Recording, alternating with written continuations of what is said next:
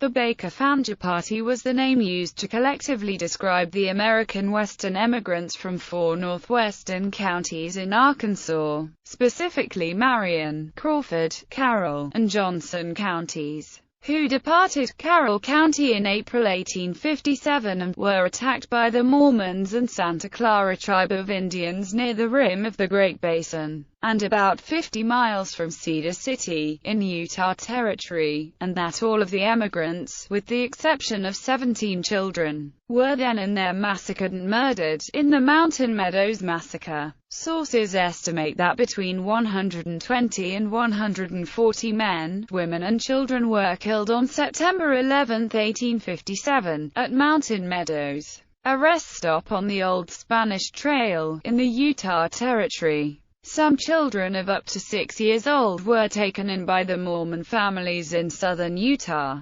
presumably because they had been judged to be too young to tell others about the massacre. Background: the Fancher-Baker Party consisted of several smaller parties that set out separately from the Ozarks in northwestern Arkansas, and then joined up along the way. Many of the families in the group were prosperous farmers and cattlemen with ample financial resources to make the journey west. Some of the groups had family and friends in California awaiting their arrival, as well as many relatives remaining in Arkansas. Among the groups were the Baker Train, led by John T. Baker from Carroll County, and the Fancher Train, led by seasoned expeditioner Alexander Fancher, which left from Benton County. Other groups included the Huff Train, which also left from Benton, the Mitchell, Dunlap, and Pruitt Trains, which left from Marion County, and the Poteet-Tackett Jones, Cameron, and Miller Trains, which left from Johnson County. Pleasant Tackett, from the Poteet-Tackett Jones train,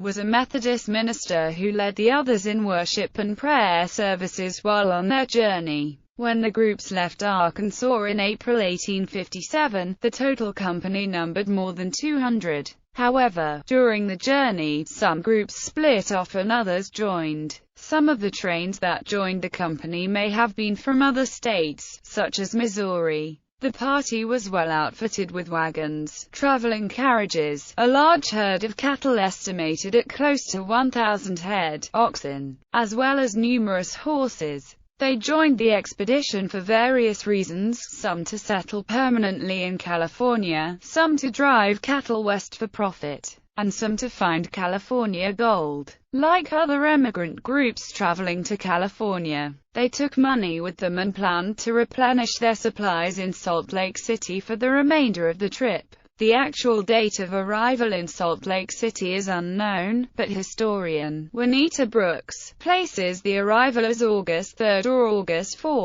1857, based on reports in the journal History of the LDS Church. The Arkansans arrived in Utah with over 800 head of cattle and were low on supplies when they reached the Salt Lake area, a major resupply destination for overland emigrants. Emigrants associated with the Baker-Fancher Party. Families leaving before reaching Utah Territory as the different wagon parties traveled across the plains. Some of those left by the wayside ended up traveling to other destinations in safety. If Missourians had ever been these trains' fellow travelers, none are known to share these Arkansans' fate. The following is a list of those known to have separated themselves before arriving in the Utah Territory: Smith, Morton, Hudson, Basham, Hayden, Reed, Stevenson, Hamilton, Farmer, Laffoon or Laffoon, Poteet, cousins to the Tackett family. Families leaving in Utah Territory. The following is a list of those believed to have separated from the Fancher-Baker Party while it was passing through the Utah Territory: Eaton, William M. Edwards, Silas, Rush, Millamel, 28, Stalcup, Charles, 25. The John R. Page family. Members of the wagon train who were at Mountain Meadows. The following table contains a list of those believed to have been killed during the massacre, along with the survivors. The table also lists if the person was listed on the 1955 monument in Harrison, Arkansas, or on the 1990 monument in Mountain Meadows. interactions with Mormons en route toward Mountain Meadows. As these smaller groups arrived in the Utah Territory, they combined together to create the Baker-Fancher Party. The settlers of the Utah Territory were almost entirely Mormons, who were busy preparing for the so-called Utah War, while troops from the United States Army were marching towards the territory to put down a believed rebellion. It was during this period of tension that the Fancher-Baker Party passed through the Utah Territory,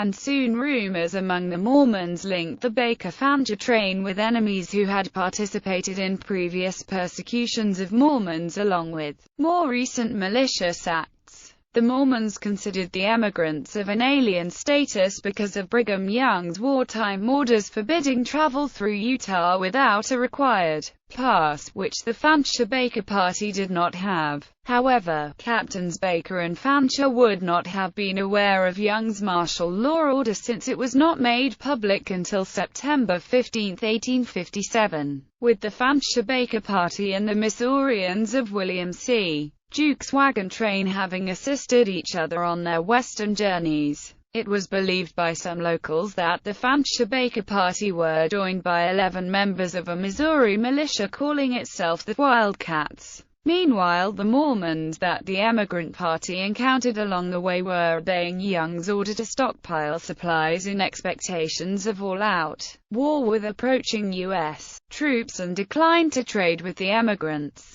This friction was added to by the range war that would be expected to erupt between local populations and any emigrants leading vast herds of cattle, and indeed, both the Fancher and Duke's parties' stock would compete with locals for grazing and sometimes would break through the Mormon colonists' fences. With the murder and the expulsion of U.S. government surveyors, there was no demarcation of the territorial lands claimed by Native Americans, Mormons, and those that the Americans purchased from Mexico. Yet in the war panic, such mundane complaints escalated into more ominous charges. For example, according to John D. Lee, they swore and boasted openly that Buchanan's whole army was coming right behind him, and would kill every goddamn Mormon in Utah. They had two bulls which they called one Heber, and the other Brigham, and whipped them through every town, yelling and singing, and blaspheming oaths that would have made your hair stand on end. While Jacob Hamblin was in Salt Lake City, he heard that the Fanchers had behaved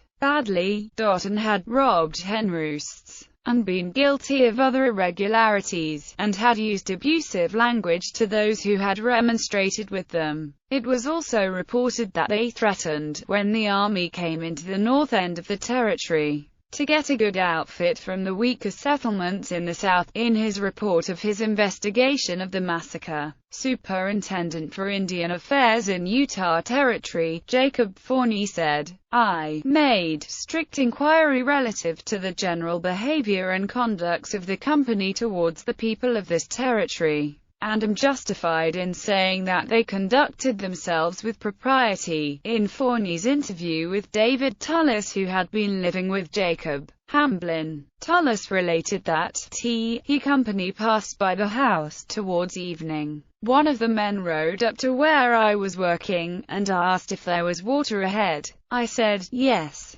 The person who rode up behaved civilly. In addition, William Rogers later related Weshus related he saw the emigrants when they entered the valley, and talked with several of the men belonging to it. They appeared perfectly civil and gentlemanly. On the way back from a circuit through southern Utah Territory, George A. Smith and his company camped near the Fancher-Baker Party, at Corn Creek. Some members of Smith's party later testified that during their encampment they saw the Fancher-Baker Party poison a spring and a dead ox, with the expectation that Native Americans would be poisoned. Silas S. Smith, the cousin of George A., testified that the Fancher-Baker Party suspiciously asked whether the Native Americans would eat a dead ox. Although the poisoning story supported the old Mormon story that Native Americans had been poisoned and therefore conducted a massacre on their own, modern historians generally discount the testimony and rumors about the poisoned oxen spring as false.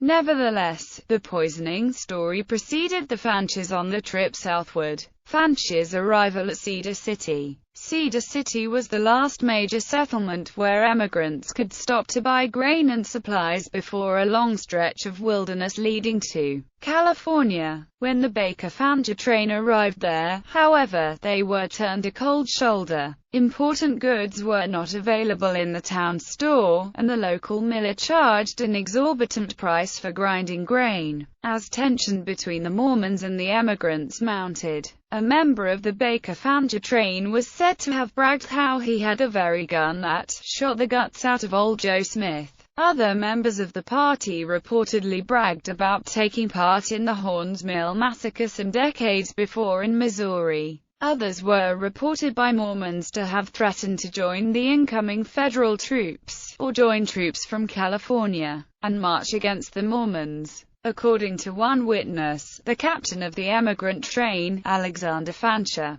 rebuked these men on the spot for their inflammatory language against the Mormons. After staying less than 1 hour in Cedar City, the emigrants passed over Leech's Cut-Off, past the small town of Pinto and headed into Mountain Meadows. Here they stopped to rest and to regroup their approximately 800 head of cattle. Siege and Massacre. During the early morning hours of Monday, September 7, the Fancher-Baker party was attacked, at their Mountain Meadows camp, by as many or more than 200 Paiutes and Mormon militiamen disguised as Native Americans. The attackers were positioned in a small ravine southeast of the emigrant camp. As the attackers shot into the camp, the Fancher-Baker party defended itself by encircling and lowering their wagons, along with digging shallow trenches and throwing dirt both below and into the wagons. 7 emigrants were killed during this opening attack and were buried somewhere within the wagon encirclement. 16 more were wounded.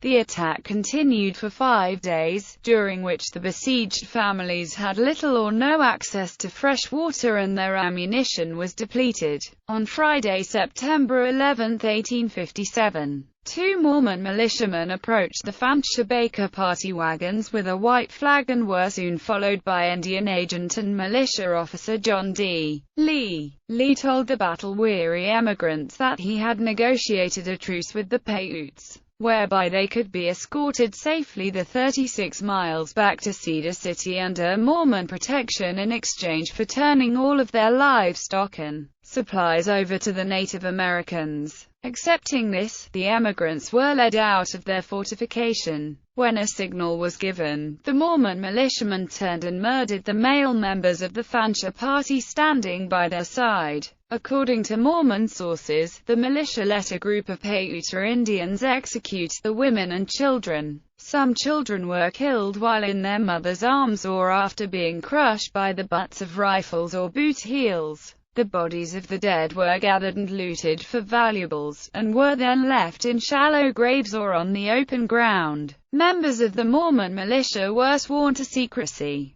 A plan was set to blame the massacre on the Indians. The militia did not kill 17 small children who were deemed too young to relate the story. These children were taken in by local Mormon families. The children were later reclaimed by the U.S. Army and returned to relatives, and there is legend that one girl was not returned and lived out her life among the Mormons. Leonard J. Arrington reports that Brigham Young received a rider at his office on the same day of the massacre. This letter asked Young's opinion on what to do with the Fancher-Baker party. When he learned what was contemplated by the members of the LDS Church in Parowan and Cedar City, he sent back a letter that the Fancher-Baker party be allowed to pass through the territory unmolested. Young's letter supposedly arrived 2 days too late, on September 13, 1857. However, John Krakauer claims that Brigham Young and other Utah Territory officials encouraged the massacre beforehand and sought to deny their roles. Afterward, some of the property of the dead was reportedly taken by the Native Americans involved, while large amounts of cattle and personal property was taken by the Mormons in southern Utah. John D. Lee took charge of the livestock and other property that had been collected at the Mormon settlement at Pinto. Some of the cattle was taken to Salt Lake City and traded for boots. Some reportedly remained in the hands of John D. Lee. The remaining personal property of the Fancher Baker Party was taken to the tithing house at Cedar City and auctioned off to local Mormons. Brigham Young, appalled at what had taken place, initially ordered an investigation into the massacre, but in the end it must be acknowledged that through his own unwillingness to work with federal authorities contributed both directly and indirectly to the blunder of justice, and was part of the reason 2 trials were necessary. Family legends. Several histories and legends have been passed down from the surviving children, the oldest of whom was only 6 years of age during the massacre, to today's descendants. Some of these stories tell a slightly different tale of the massacre. In 2007, the families, descendants of the surviving children, came together in Utah for the 150th anniversary of the massacre. The family stories were compared and found to be very similar. All of the families agree the stories told of Mormons dressed as natives, and that none of the native people participated in the massacre of the wagon train. Family stories tell of being taken by Indians who washed of their skin and turned white. Surviving children. 17 small children, all under the age of 7, survived the Mountain Meadows massacre. 2 years after the massacre, the orphans were returned to their families. The following is a list of the surviving children. Baker, Mary Elizabeth. Baker, Sarah Frances. Baker, William Twitty, 9 months. Dunlap, Georgia Ann, 18 months. Dunlap, Louisa. Dunlap, Prudence Angeline. Dunlap, Rebecca J. Dunlap, Sarah E. Fancher, Christopher, Kit Carson. Fancher, Tryphenia D. 22 months. Huff, Nancy Safrona, 4. Jones, Felix Marion, 18 months. Miller, John Calvin. Miller, Joseph. Miller, Mary. Tackett, Emberson Millam, 4. Tackett, William Henry, 19 months. Aftermath. Following the massacre, the perpetrators swore each other to secrecy, and the murdered members of the wagon train were hastily buried, yet the elements and scavengers quickly uncovered their corpses. 2 years after the massacre, United States Army officer James Henry Carlton was sent to investigate it. He was convinced that the Mormons were the main perpetrators. Some of these children, who had seen their families killed, recalled seeing white men dressed as Indians among the attackers.